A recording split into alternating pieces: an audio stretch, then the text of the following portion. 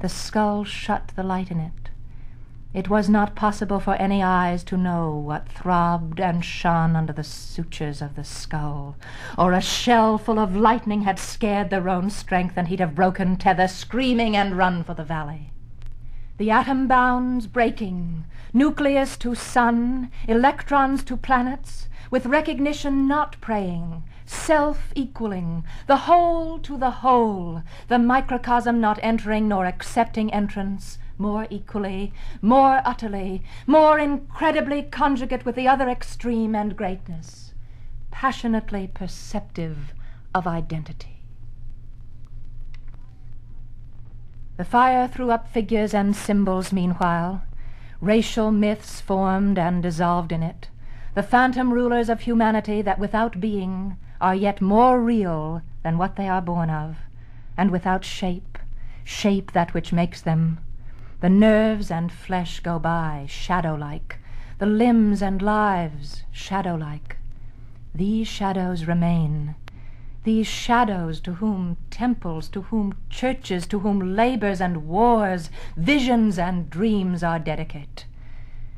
Out of the fire, in the small round stone that black moss covered, a crucified man writhed up in anguish.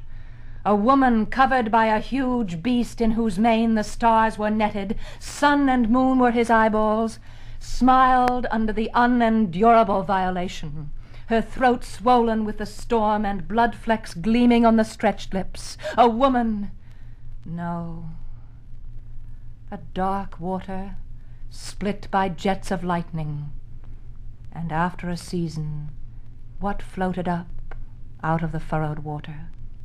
A boat, a fish, a fire globe.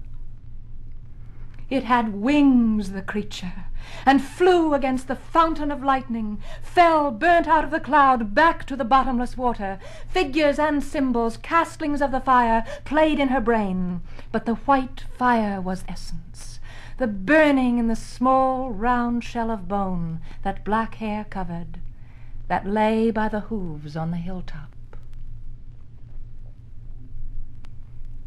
She rose at length.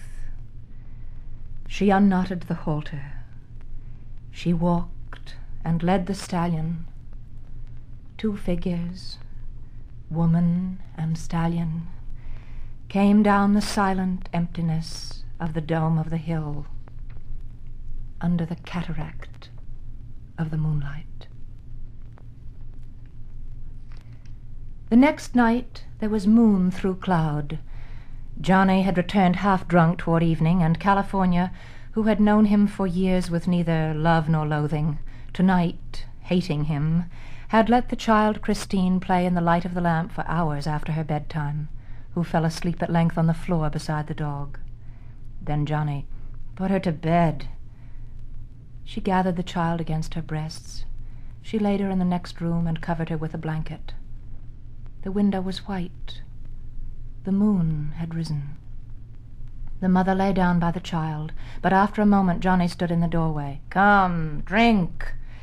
He had brought home 2 jugs of wine slung from the saddle, part payment for the stallion's service. A pitcher of it was on the table, and California sadly came and emptied her glass.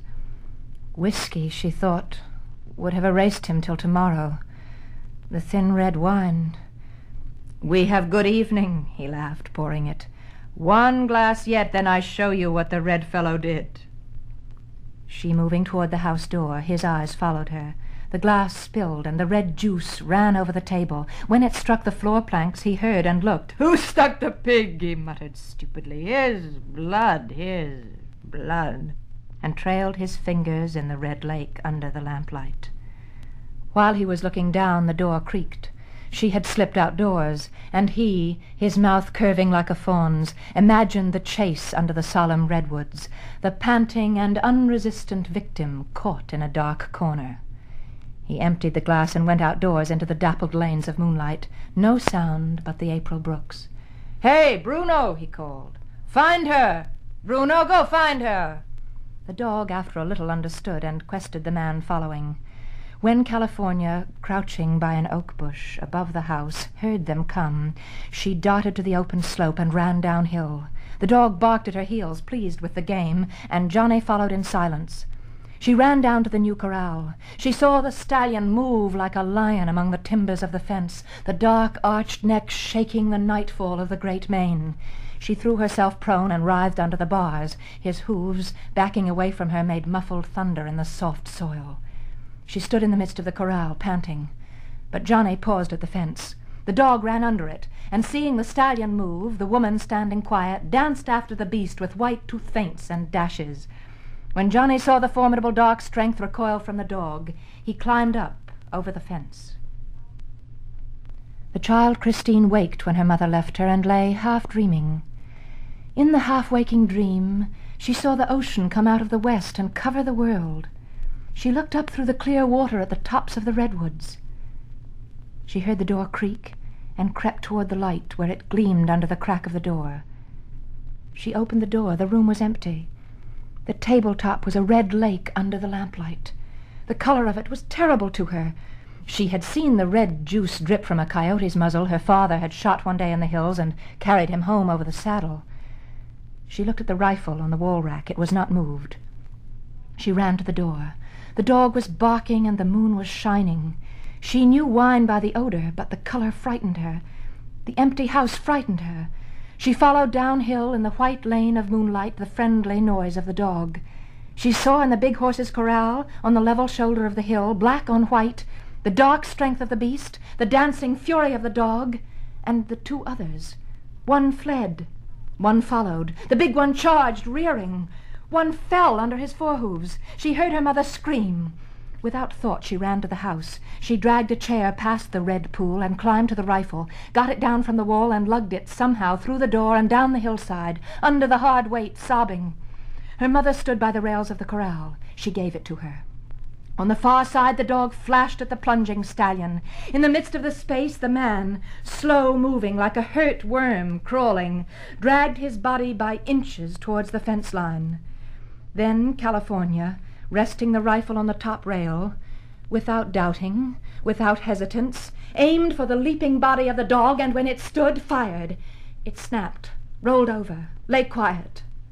"Oh, Mother, you've hit Bruno!" "I couldn't see the sights in the moonlight," she answered quietly. She stood and watched, resting the rifle butt on the ground. The stallion wheeled, freed from his torment. The man lurched up to his knees, wailing a thin and bitter bird's cry, and the roan thunder struck. Hooves left nothing alive, but teeth tore up the remnant. "Oh, Mother! Shoot! Shoot!"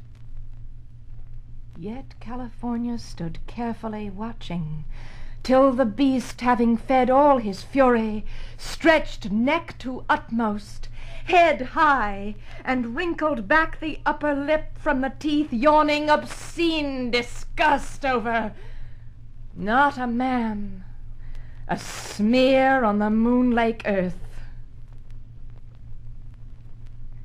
Then California, moved by some obscure human fidelity, lifted the rifle.